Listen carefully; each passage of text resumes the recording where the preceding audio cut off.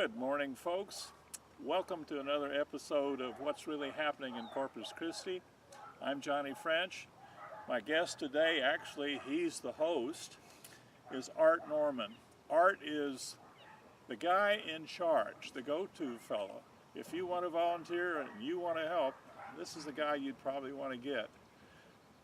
Where we're at is what's important.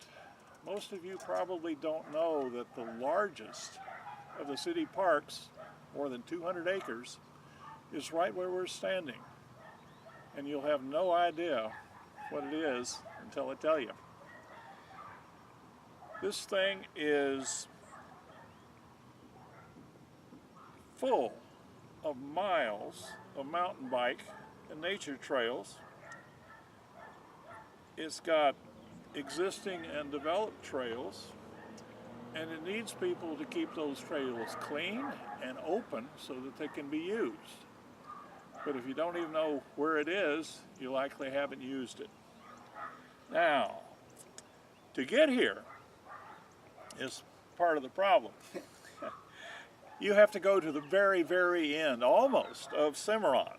You take Cimarron past Airline, past Yorktown, to nearly the very end.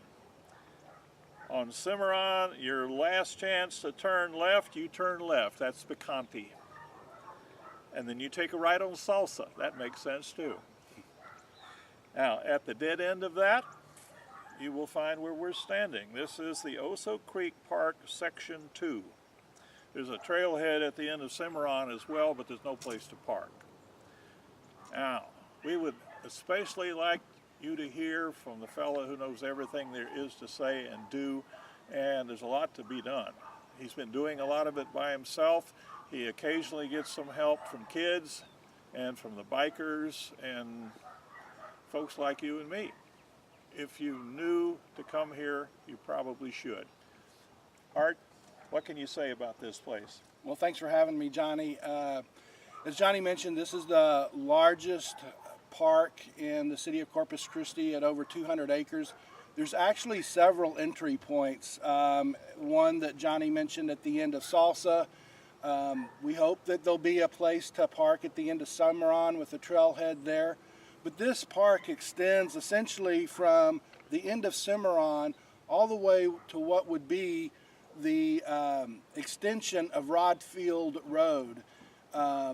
And there's also a parking lot behind Bill Witt Park. So a lot of people can actually go to Bill Witt Park or behind Bill Witt Park and park their vehicles there and then either ride or hike into that entrance there off of Safety Steel Road. And that's section 1 of the park. The park is essentially sort of divided into 2 sections because of a drainage ditch that now there's a small crossing or footbridge that allows the 2 parks to be connected and connect the trail systems between the 2 parks. I adopted the park on behalf of the neighbors of Oso Creek and really everybody for the city of Corpus Christi and anybody that comes.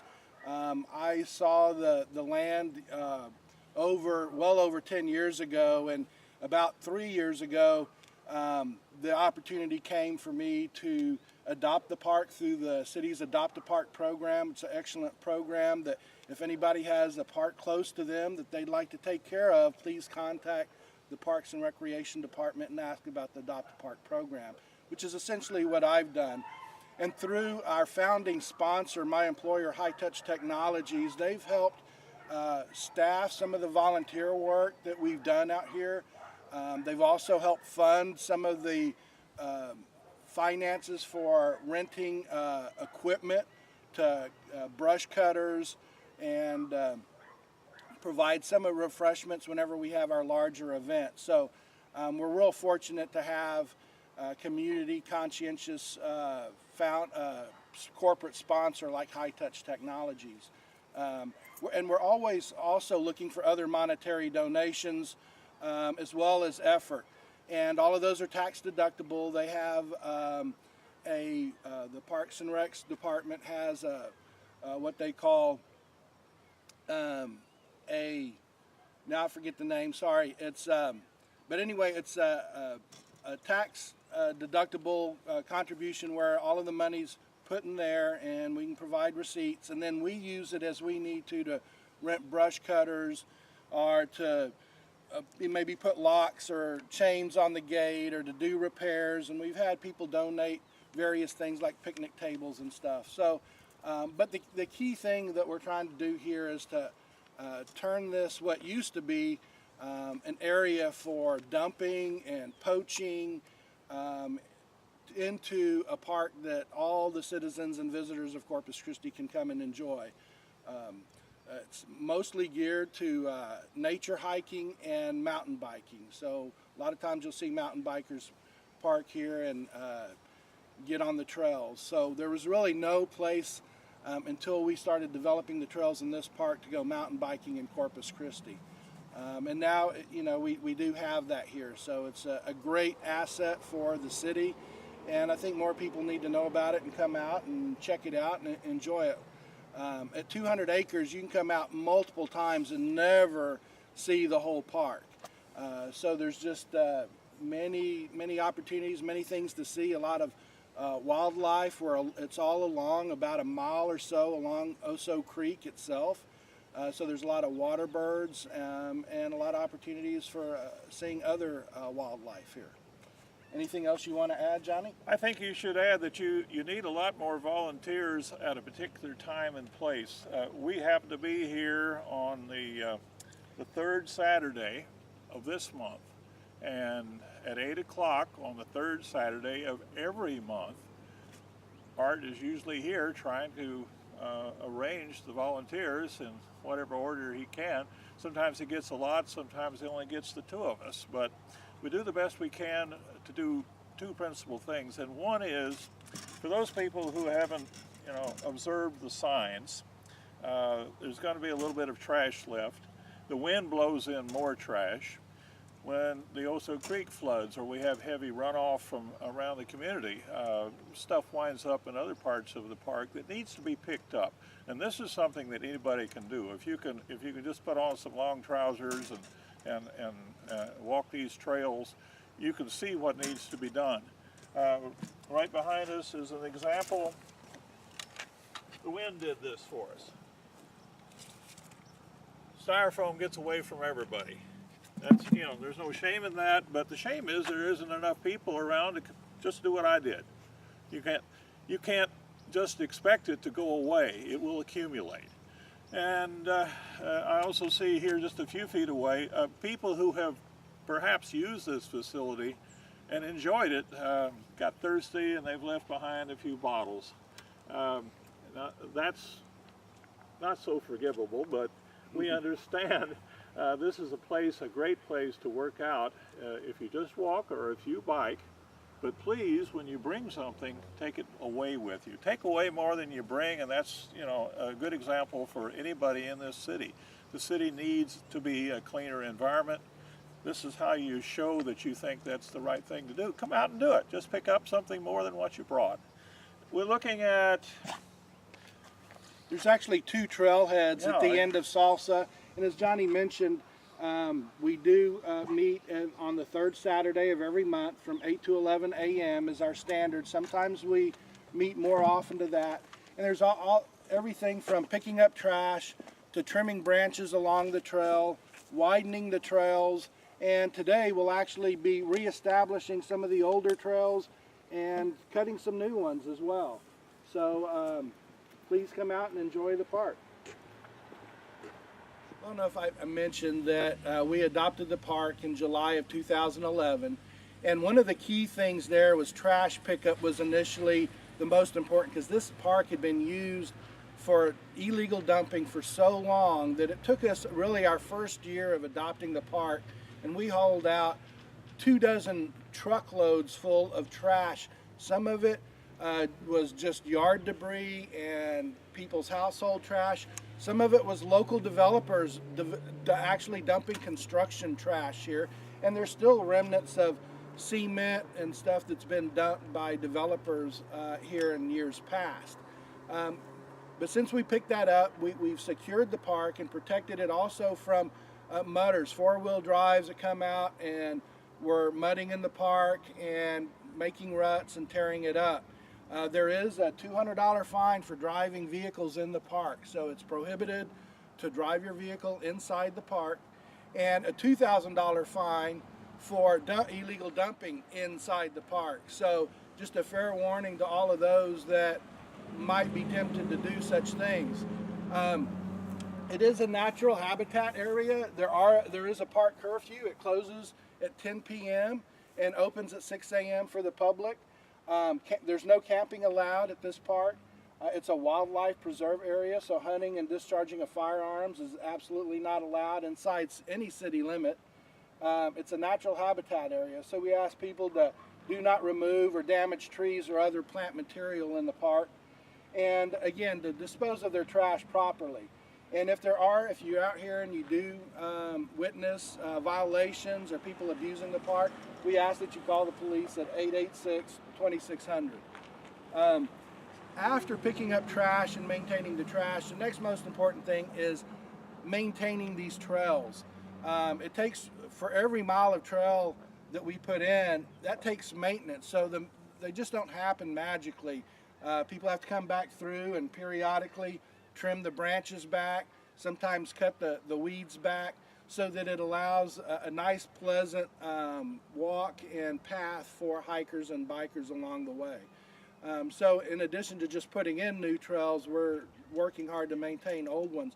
Fortunately, we had a lot of rains that we did need this last year, but it also made some of the trails that we had put in years past sort of get overgrown, and that's what we hope to do today, is reestablish some of those trails. So if you come out after today, I think you'll really find a lot of very enjoyable trails to hike and bike along.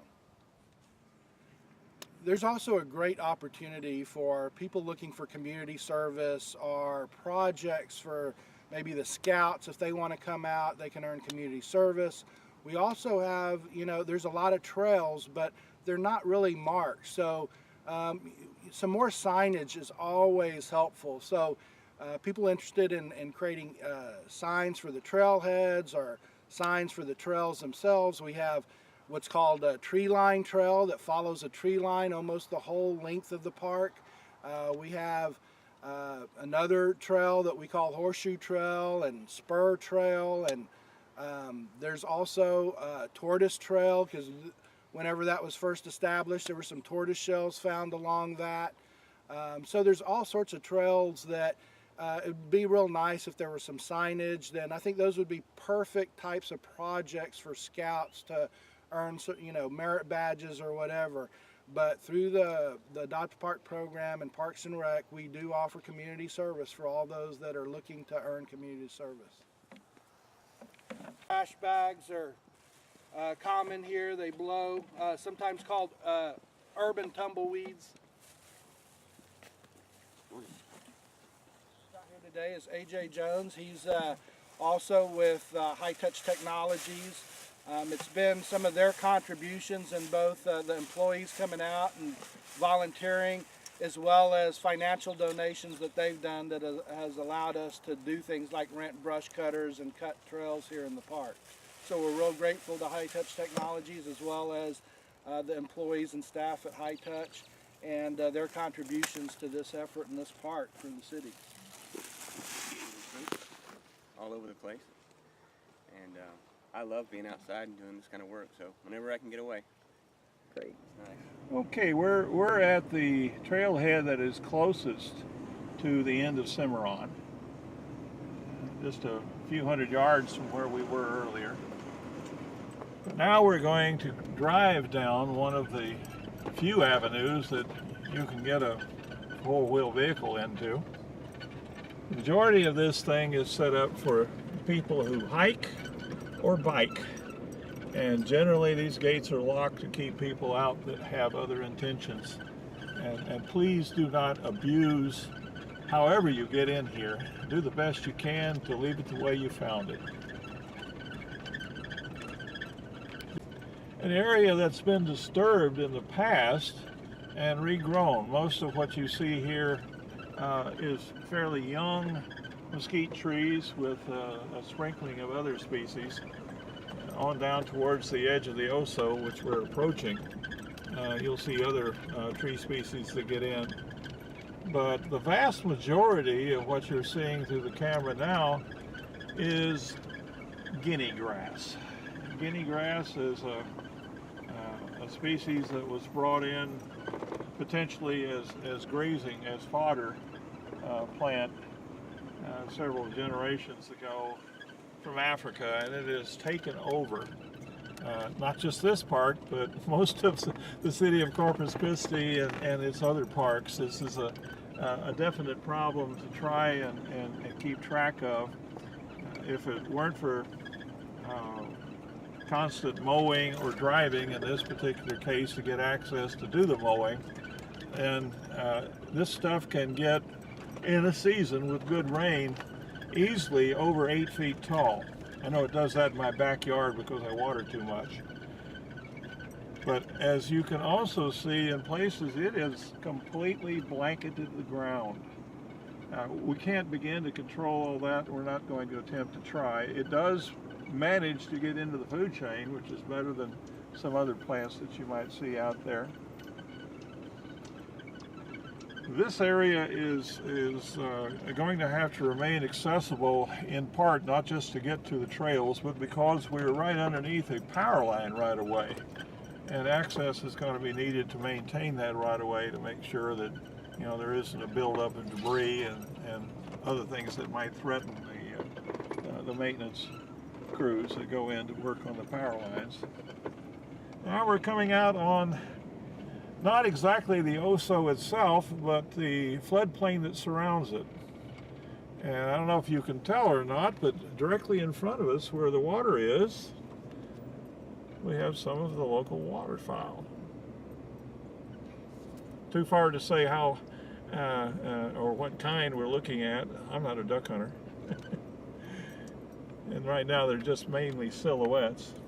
But these are very attractive areas. Most of what you see in front of us now, down to where the water is a transition zone from uplands into wetlands. And those wetlands contain a lot of nutrients and resources that eventually, when we have a flood, all those nutrients are carried down to Oso Bay, and from Oso Bay into the Corpus Christi Bay area, and the ecosystem benefits from everything that you see. Here's a good shot down through the floodplain of the Oso. All that's sticking up in the water is a plant that is, capable of surviving immersion. You can tell the difference because there's an abrupt change. It disappears as the mesquite appears. Sort of a rule of thumb that those things that have thorns are mostly upland plants, and those that don't are mostly wetland plants.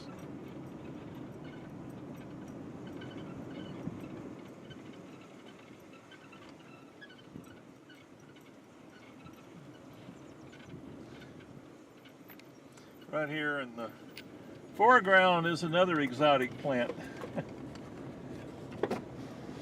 This little palm tree.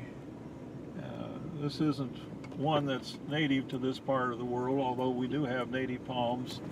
This isn't one that's found here. And here is a second variety of palm tree. This one is an ornamental date palm. Again, not native to this part of the world. I'm assuming that most of these little non-native plants got here because they were thrown out as trash at one time. And they've managed to seed and regrow ever since. It's not necessarily a bad thing if they provide, some sustenance for the wildlife. So long as they don't crowd those things out, we'll be okay. But there are situations, like with the guinea grass, where animals that require a very low ground cover can no longer use the habitat around here because the guinea grass, as I say, gets 8 feet tall when it's in a good rainy season. Not all of this is guinea grass, fortunately, and there is still access in here for native wildlife to come in and use it. If we get out on the trails here a little bit later, I may be able to show you some of the tracks. As close as this is to, you know, a very large community, Corpus Christi, this area supports deer and javelina, jackrabbits and cottontails and a whole host of small rodents and birds and you name it. We also, unfortunately, you don't have to be a near urban community to have this problem. We've got wild or feral hogs in here too.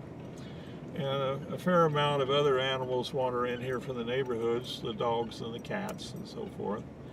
But fortunately, this cover is enough that the things that they might impact have protection from the feral animals, the hogs, the cats, and the dogs.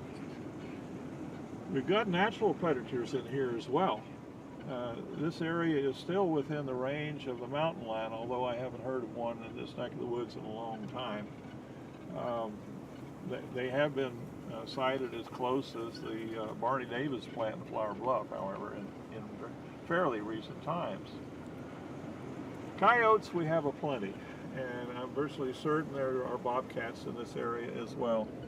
The habitat's not quite dense enough for some of the other native and endangered cats, unfortunately, but if you go not that far away to the King Ranch fence line, you will finally get into habitat that is native and natural and thick enough that we still have ocelots using it. This is a very good thing, because this is the species that's on the brink of extinction, at least in the United States. It's got a small stronghold right on the very southern tip of Texas, and we're just kind of right on the very, very, very edge of where they've been seen in anything like, you know, decades.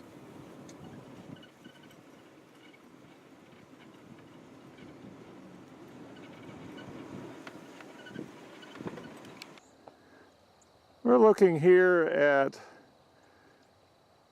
the interval between two kinds of wetlands. The one that's closest to us is a salt marsh. The one that's a little further away and sticking up is a cattail marsh. And cattails can transition. They can run between 0 and 10 parts per thousand in the salinity range. But that's about as far as they go, and they like to keep their feet wet all the time.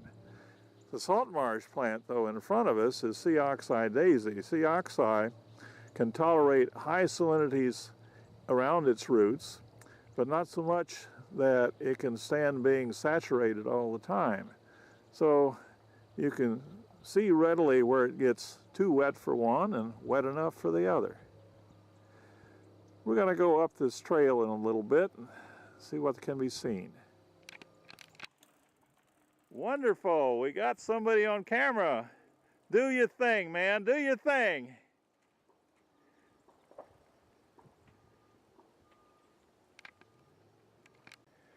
This is something that's really typical of the trails around here. They keep forking. They run every which way. They run up and down and around. And as you can see, this is pretty dense habitat. But it's also a great place for the trail rider or the trail walker. This piece of shrubbery right here hanging over us is called lime prickly ash. This is one of the reasons why we have to trim the trails. Those, along with ratama and the mesquite brush that stick out their little thorns, we have to come in and get to work on them and make sure that they are not entirely in our way and biting people when they come through. But we also try to leave in place something that shades. And this is a good example. Trail trimming required that we move these things out of the way from forehead to chin to breast high. But then we left it all in place overhead, so we're here at 9:15 in the morning. We got great shade. And it's a wonderful, lumpy, bumpy ride because we're on top of old clay dunes built up along the edge of the Oso Creek over the centuries. These are natural features that I'm sure the bikers enjoy the heck out of. They were also natural features that lent themselves as campgrounds to the Native Americans. And to this day, there are an abundance of signs of that all along the Oso for miles and miles and miles. The clay dune areas were campgrounds and later burial grounds for the Native Americans in this particular area. I won't show you, but there are areas where they made their campfires in this beautiful piece of I don't know habitat. if I mentioned that we adopted the park in July of 2011, and one of the key things there was trash pickup was initially the most important, because this park had been used for illegal dumping for so long that it took us really our first year of adopting the park, and we hauled out 24 truckloads full of trash. Some of it was just yard debris and people's household trash. Some of it was local developers actually dumping construction trash here, and there's still remnants of cement and stuff that's been dumped by developers here in years past. But since we picked that up, we've secured the park and protected it also from mudders, four-wheel drives that come out and were mudding in the park and making ruts and tearing it up. There is a $200 fine for driving vehicles in the park, so it's prohibited to drive your vehicle inside the park, and a $2,000 fine for illegal dumping inside the park. So just a fair warning to all of those that might be tempted to do such things. It is a natural habitat area. There is a park curfew. It closes at 10 p.m. and opens at 6 a.m. for the public. There's no camping allowed at this park. It's a wildlife preserve area, so hunting and discharging of firearms is absolutely not allowed inside any city limit. It's a natural habitat area, so we ask people to do not remove or damage trees or other plant material in the park, and again, to dispose of their trash properly. And if you're out here and you do witness violations or people abusing the park, we ask that you call the police at 886-2600. After picking up trash and maintaining the trash, the next most important thing is maintaining these trails. It takes, for every mile of trail that we put in, that takes maintenance, so they just don't happen magically. People have to come back through and periodically trim the branches back, sometimes cut the weeds back, so that it allows a nice, pleasant walk and path for hikers and bikers along the way. So in addition to just putting in new trails, we're working hard to maintain old ones. Fortunately, we had a lot of rains that we did need this last year, but it also made some of the trails that we had put in years past sort of get overgrown, and that's what we hope to do today, is reestablish some of those trails. So if you come out after today, I think you'll really find a lot of very enjoyable trails to hike and bike along.